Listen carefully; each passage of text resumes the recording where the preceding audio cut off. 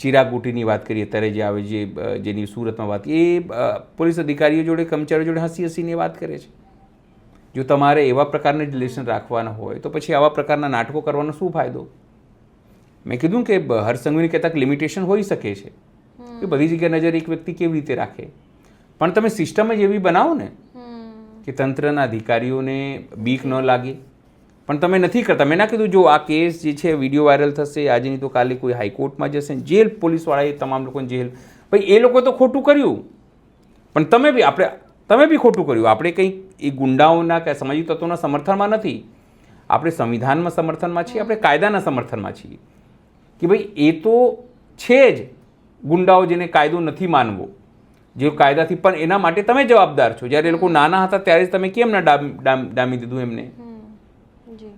હવે તેઓ મોટા થઈ ગયા ત્યારે જાહેરમાં તમે એને સરભરા કરો છો, તમે મારો છો, એનો વિડીયો વાયરલ કરાવો છો, અથવા થાય છે કાંઠું કોઈ કેસ કરશે ને આ તમામ પોલીસકર્મીઓ જશે જેલમાં, અથવા તેમની નોકરી જતી રહેશે, અથવા તે સસ્પેન્ડ થશે, તેના માટે કોણ જવાબદાર?